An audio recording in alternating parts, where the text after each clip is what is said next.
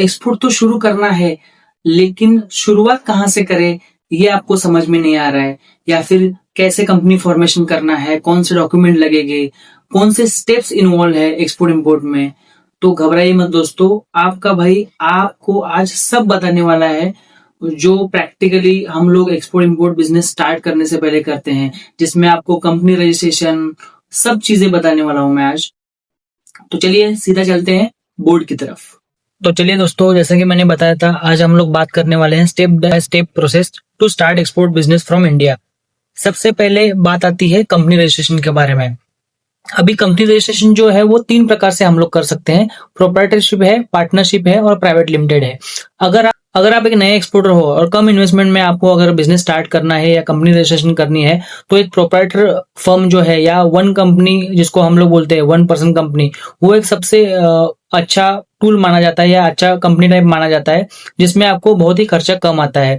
दूसरा है partnership firm और तीसरा है प्राइवेट लिमिटेड। अभी प्रोप्राइटरशिप के लिए आपको जो डॉक्यूमेंट लगने वाले हैं वो है पैन कार्ड। अभी इसमें कैसा है, जो इंडिविजुअल पैन कार्ड है वही आपका कंपनी का पैन कार्ड माना जाता है। मान के चलो कि विजय नाम का जो आदमी है वो प्रोप्राइटरशिप फर्म स्टार्ट कर रहा है, तो विजय का जो पैन कार्ड है वही पैन कार्ड आपका कंपनी का माना जाता है। उसके बाद आता है उद्यम रजिस्ट्रेशन, शॉप एक्ट, गुमास्ता या फिर एनओसी सर्टिफिकेट। उसके बाद आता है जीएसटी सर्टिफिकेट। अभी टीयर 2 और टीयर 3 स्टेट में शॉप एक्ट या फिर गुमास्ता आपको इजीली मिल जाता है, लेकिन जहां पे आपका ग्राम पंचायत है वहां पे आपको क्या करना है कि ग्राम पंचायत से आपको एक लेटर लेना है कि मुझे ये कंपनी स्टार्ट करनी है ये नाम से।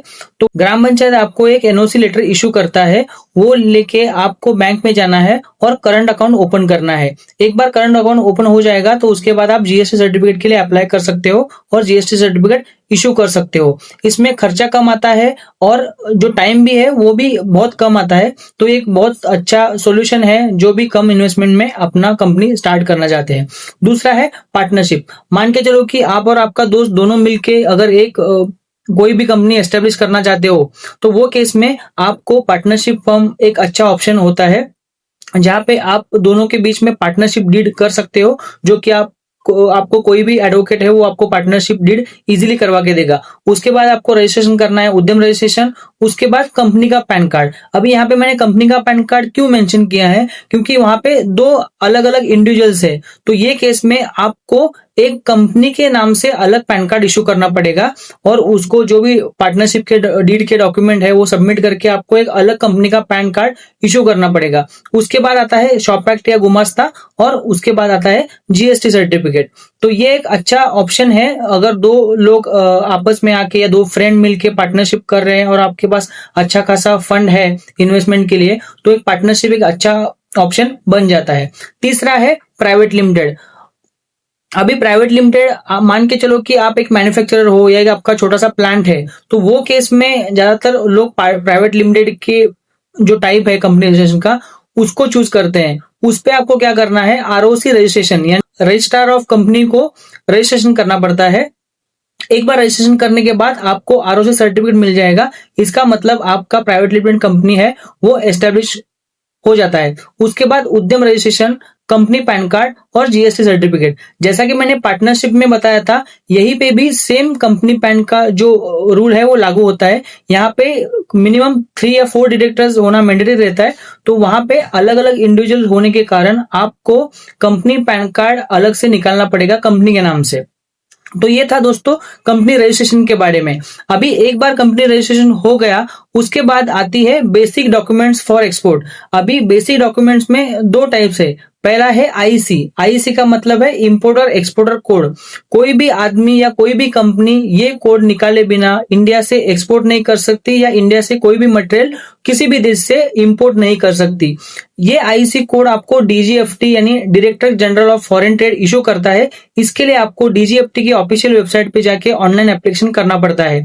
इसका जो गवर्नमेंट फीस है वो 500 रुपए है और आजकल तो ऑनलाइन होने की वजह से आपको ये 24 घंटे के अंदर आईसी कोड मिल जाता है। ये एक बेसिकली आईडी रहता है जो एक्सपोर्टर को या इंपोर्टर को वेरीफाई करता है। अब इसके लिए डॉक्यूमेंट्स क्या क्या लगेंगे, सबसे पहले लगेगा डिजिटल सिग्नेचर क्लास 3 का। उसके बाद आपका करंट अकाउंट, क्योंकि यहाँ पे आपने कंपनी रजिस्टर किया है तो ये कंपनी के नाम से आपने करंट अकाउंट ओपन किया रहेगा, तो वो करंट अकाउंट का डिटेल्स लगेगा, जीएसटी सर्टिफिकेट और पैन कार्ड। अगर प्रोप्राइटरशिप है तो आपका इंडिविजुअल पैन कार्ड लगेगा, पार्टनरशिप और प्राइवेट लिमिटेड है तो आपको कंपनी का पैन कार्ड यहाँ पे सबमिट करना पड़ेगा।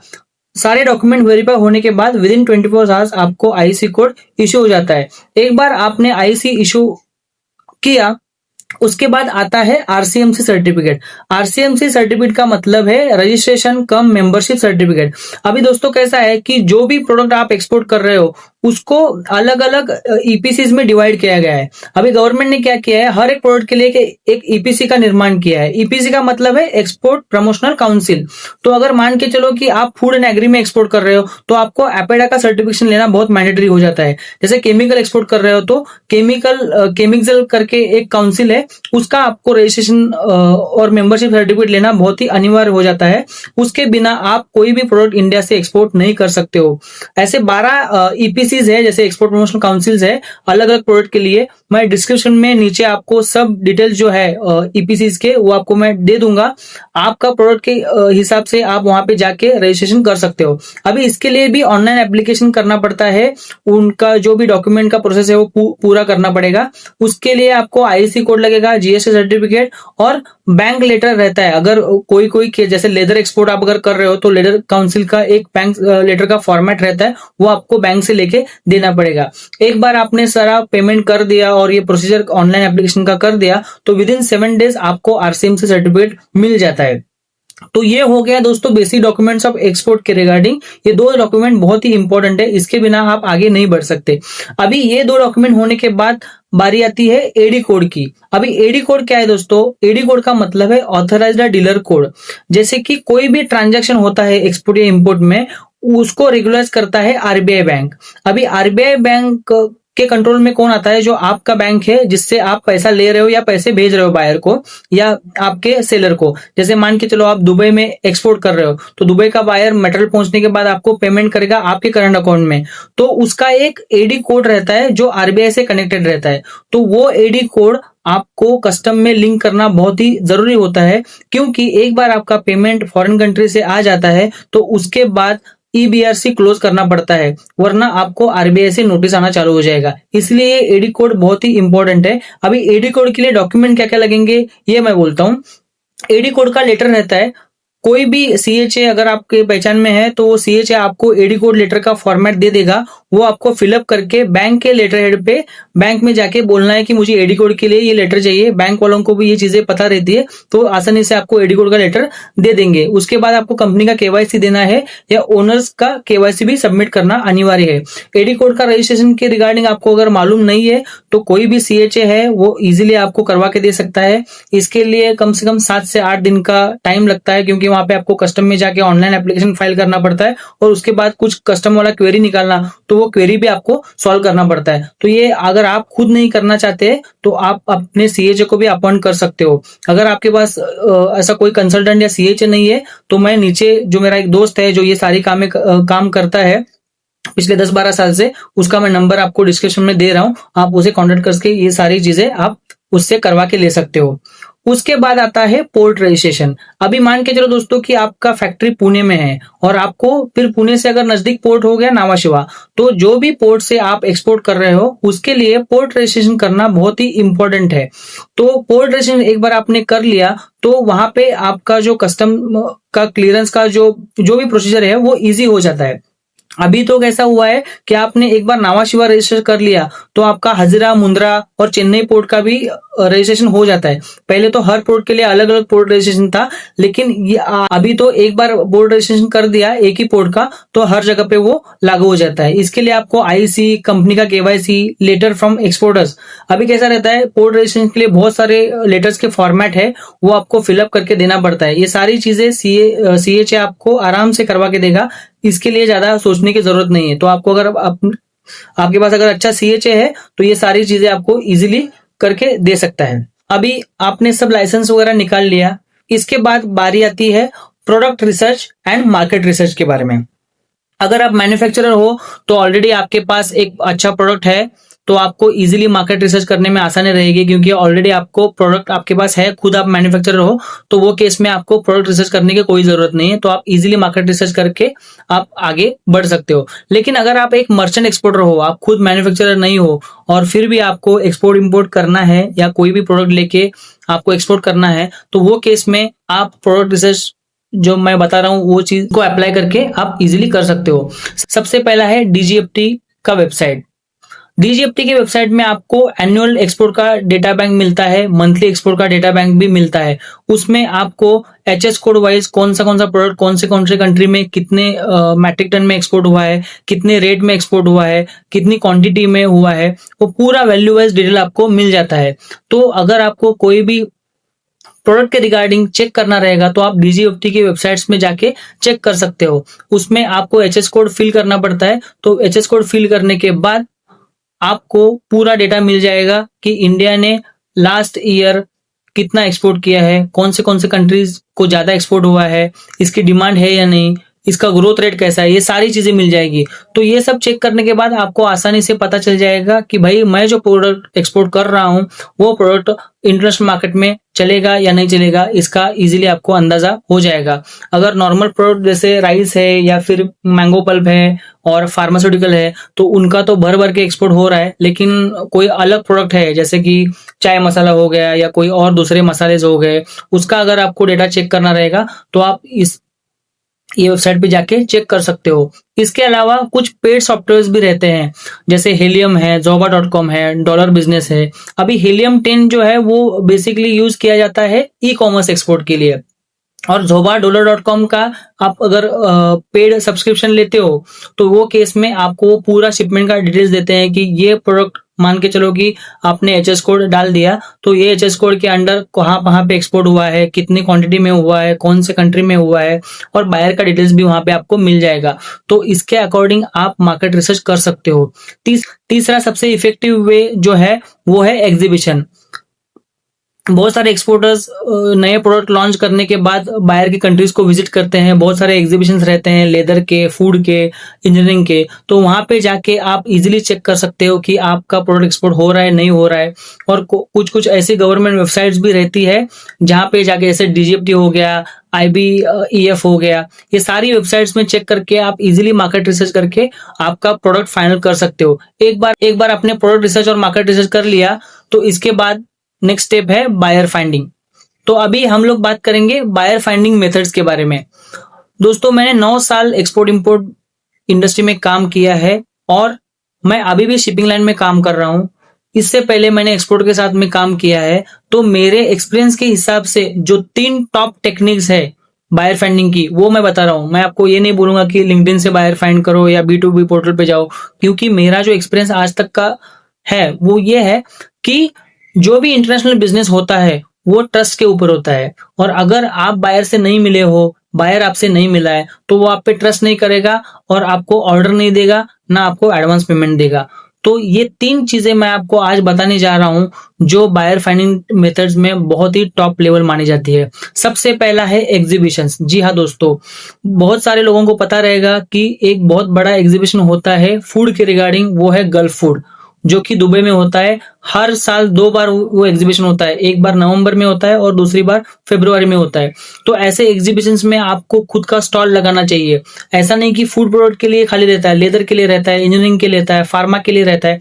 हर एक इंडस्ट्री के लिए अलग अलग एग्जीबिशन रहते हैं जो आप इजिली इंटरनेट से निकाल सकते हो कि कौन सा एग्जीबिशन कौन से कंट्री में कभी कभी हो रहा है।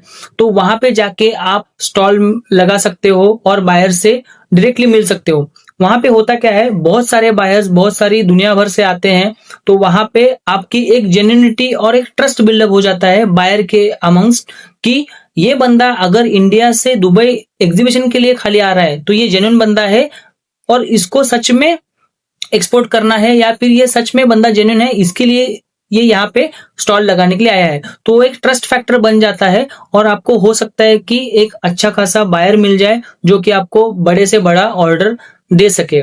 आपको एक एग्जांपल बताता हूं कि मैं जब भी स्पाइस एक्सपोर्टर के साथ में काम कर रहा था तभी हमने गल्फ फूड दुबई में एक स्टॉल लगाया था।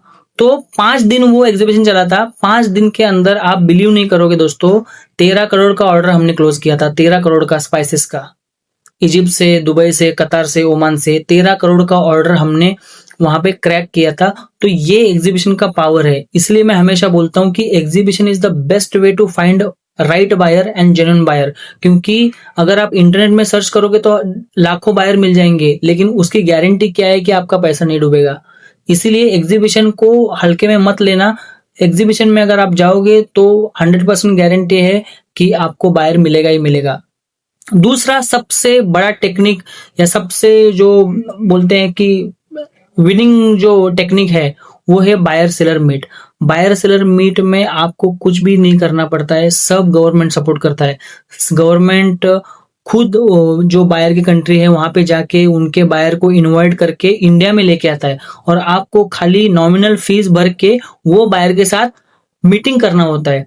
एक बार आपने मीटिंग कर लिया, वहां पे हाथों हाथ आपको उनको सैंपल भी दिखा सकते हो, कॉस्टिंग कैलकुलेट करके आप उसको ऑफर भी दे सकते हो। और ये केस में दोस्तों हो सकता है कि आपको 4 साल का, 5 साल का मैन्युफैक्चरिंग का कॉन्ट्रैक्ट मिल जाए। इतना बड़ा पावर है ये बायर सेलर मीट का।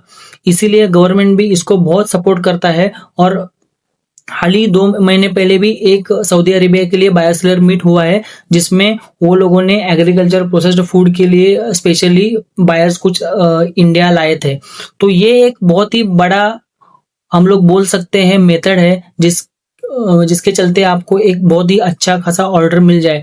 और दोस्तों 2-3 बायर अगर आपको बड़े मिल गए तो आपको उनका जो डिमांड है वही सप्लाई करते करते आप थक जाओगे। इतना बड़ा कैपेसिटी है बायर सेलर मीट में। क्योंकि यहाँ पे जो आता है बायर, वो छोटा मोटा बायर नहीं रहता है, वो बड़ा बायर रहता है, बड़ा बाइंग हाउस रहता है। फॉर एग्जाम्पल कि मान के चलो कोई बड़ा मैंगो जूस का फैक्ट्री है और आप मैंगो पल्प एक्सपोर्ट कर रहे हो इंडिया से, तो हो सकता है क्योंकि मैंगो जूस के लिए जो रॉ मटेरियल लगेगा वो है मैंगो पल्प, तो आपको हो सकता है कि 4-5 साल का एक्सपोर्ट का ऑर्डर वहां मिल जाए। तो ये एक बायर सेलर मीट की ये ताकत है। इसलिए मैं बोलता हूं कि बायर सेलर मीट आपको हमेशा अटेंड करनी चाहिए। तीसरा सबसे इंपॉर्टेंट और सबसे पुराना तरीका मैं इसे मानता हूं बायर फाइंडिंग का, वो है personal visit to buyer's country. अगर आपने एम्बेसी को मेल करके डेटा ले लिया या फिर पोर्ट का डेटा ले लिया, इधर उधर से इंटरनेट से सर्च किया, आप उसको कॉल कर सकते हो। आप पूरा प्लान बना के एक वीक का या 2 वीक का प्लान बना के अपॉइंटमेंट फिक्सअप करके आप डायरेक्टली बायर के कंट्री में जा सकते हो। वहां पे अपॉइंटमेंट फिक्सअप होने के बाद आप वहां पे जाओ, उसको सैंपल दिखाओ। हो सकता है वहां पे आपको एक इंक्वायरी जनरेट हो जाए। अभी दोस्तों ये तीनों चीजों में एक कॉमन चीज है, मैं बोलता हूं, वो है physical meeting with the buyer. तो वहां पे आपको 90% चांसेस है कि आपको ऑर्डर नहीं तो इंक्वायरी तो मिल ही जाएगा। अभी इंक्वायरी एक बार मिल गया तो आपके हाथ में है कि उसको कॉस्टिंग देके कैसे उसको ऑनबोर्ड करना है, वो सेल्स स्किल अलग है। तो पर्सनल विजिट भी एक अच्छा विकल्प माना जाता है। क्योंकि मैं जब भी राइस एक्सपोर्टर और येलो मेज के एक्सपोर्टर के साथ काम कर रहा था, तो मेरे जो ओनर थे वो हमेशा हर 2 महीने 3 महीने में बाहर की कंट्री में जाते थे। जैसे अफ्रीका गए, दुबई गए, ओमान गए, जाके वहां पे मिल के उनसे डिनर वगैरह करेंगे, बात करेंगे, सैंपल दिखाएंगे और ऑर्डर लेके आते थे। तो ये एक बहुत ही अच्छा विकल्प है। ऑब्वियसली वहां पे प्रेजेंटेशन स्किल्स वगैरह भी आपकी काम आती है। तो ये 3 जो टेक्निक्स है, जो मुझे लगता है सबसे बढ़िया टेक्निक है बायर फाइंडिंग की, ये तीनों है: एग्जीबिशन, बायर सेलर मीट और personal visit to the buyer country. इसके अलावा कोई भी टेक्निक नहीं है दोस्तों। चलो अभी बायर तो फाइंड कर लिया, सब हो गया, प्रोडक्ट भी डिसाइड कर लिया। अभी बात करते हैं लॉजिस्टिक प्लानिंग की। अभी लोग क्या बोलते हैं, अरे चलो लॉजिस्टिक का क्या है, वो तो हो जाएगा, लेकिन ऐसा नहीं है दोस्तों। मान के चलो कि आपको एक बायर ने ट्रायल ऑर्डर दे दिया और उसने बोला कि मुझे नेक्स्ट मंथ के अंदर अंदर ये कंटेनर मेरे कंट्री में चाहिए, और गलती से भी आपने रॉन्ग सीएचए चूज किया, रॉन्ग फ्रेट फॉरवर्डर चूज किया, और अगर आपने प्लानिंग में गड़बड़ की तो आपका पूरा रिलेशन खराब हो जाता है। जी हाँ दोस्तों, इसीलिए आपको अच्छा सीएचए चूज करना बहुत ही इंपॉर्टेंट है, अच्छा फ्रेट फॉरवर्डर चूज करना बहुत ही इंपॉर्टेंट है, शिपिंग लाइन कौन सा आप यूज करते हो बहुत इंपॉर्टेंट है। इसके लिए थोड़ा हम लोग अभी बात करते हैं। अभी स्ट्रॉन्ग सीएचए या अच्छा सीएचए किसे बोलते हैं? एक तो अगर आप फूड प्रोडक्ट में काम कर रहे हो तो आपके सीएचए को पूरा फूड प्रोडक्ट का नॉलेज होना चाहिए, उसने फूड प्रोडक्ट का कमोडिटी हैंडल किया होना चाहिए, उसको पूरा नॉलेज, कनेक्शन, नेटवर्क, ये सारी चीजें उसके पास होनी चाहिए।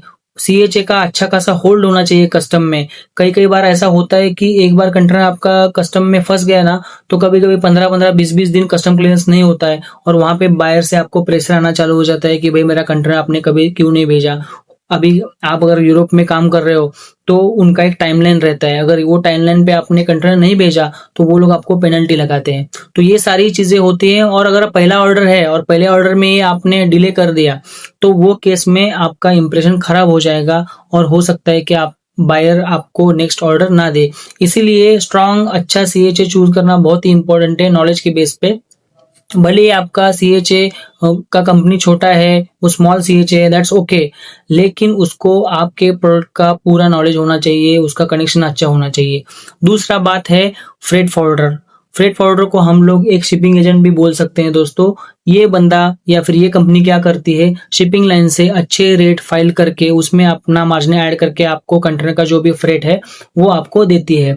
तो आपको फ्रेट फॉरवर्डिंग या फ्रेट फॉरवर्डर कंपनी चूज करते टाइम पे ये ध्यान रखना है कि उसका प्रेजेंस कहाँ कहाँ है। जैसे मान के चलो आपको यूएसए में एक्सपोर्ट करना है, तो उसका खुद का उधर यूएसए में ऑफिस है या नहीं है, इधर वो कौन से पोर्ट में सर्व करता है, वो सब चेक करना है।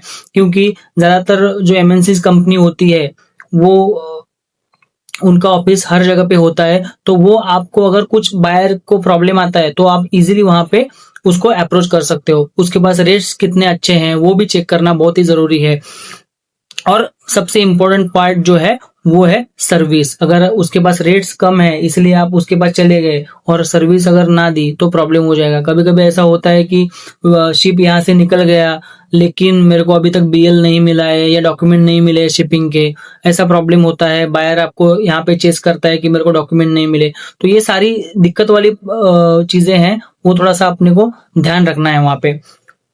तीसरा है शिपिंग लाइन। अभी शिपिंग लाइन का कैसा है, अगर आपने अच्छा खासा फ्रेट फॉरवर्डर चूज कर लिया तो ये पॉइंट में आपको ध्यान देने की बिल्कुल भी जरूरत नहीं है, क्योंकि एक अच्छा फ्रेट फॉरवर्डर आपको वही शिपिंग लाइन सजेस्ट करेगा जो अच्छी है। जैसे आपको फार ईस्ट में एक्सपोर्ट करना है, फार ईस्ट मतलब मलेशिया, थाईलैंड हो गया, इंडोनेशिया हो गया, उसके लिए कौन सी शिपिंग लाइन अच्छी है, जिसका ट्रांजिट टाइम कम है, रूटीन डायरेक्ट है, वो आपको अच्छे से गाइड कर पाएगा। यूरोप के लिए कौन सी अच्छी है, ये सारी जो चीजें हैं वो आपको फ्रेट फॉरवर्डर आपको वहां पे गाइड करता है। इसीलिए लॉजिस्टिक प्लानिंग में सीएचए और फ्रेट फॉरवर्डर एक बहुत ही इंपॉर्टेंट रोल प्ले करता है। इसलिए मैं आपको यही रिक्वेस्ट करूंगा कि आपके पास बायर अच्छा है, प्रोडक्ट अच्छा है, सब चीजें अच्छी है, लेकिन अगर लॉजिस्टिक में गड़बड़ आ गई तो आपको हो सकता है कि प्रॉब्लम आ जाए, दिक्कत आ जाए। कभी कभी आपको पेनल्टी लग सकती है या फिर बायर के साथ भी आपका रिलेशन खराब हो सकता है। तो ये था दोस्तों step by step process to start export import business from India. I hope कि मैंने सारे पॉइंट्स कवर कर लिए हैं, आपको सारी मेरी बातें है समझ में आ गई होगी। फिर भी अगर आपके मन में कोई डाउट है, कोई क्वेरीज है, तो आप मुझे कमेंट में जरूर लिखें, मैं आपको ट्राई करूंगा रिप्लाई करने का। अगर आपको लगता है कि कोई और टॉपिक है जिसके ऊपर आपको वीडियो बनानी चाहिए मुझे, तो आप मुझे नीचे कमेंट में जरूर बताइए, मैं उस टॉपिक पे, उस प्रोडक्ट पे जरूर वीडियो बनाऊंगा। वीडियो अगर अच्छा लगे तो लाइक जरूर कीजिए, क्योंकि वीडियो बनाने में बहुत मेहनत लगती है दोस्तों। सब्सक्राइब कीजिए, शेयर कीजिए और ऐसे ही सपोर्ट करते रहिए। मिलते हैं नेक्स्ट वीडियो में दोस्तों, तब तक के लिए नमस्कार।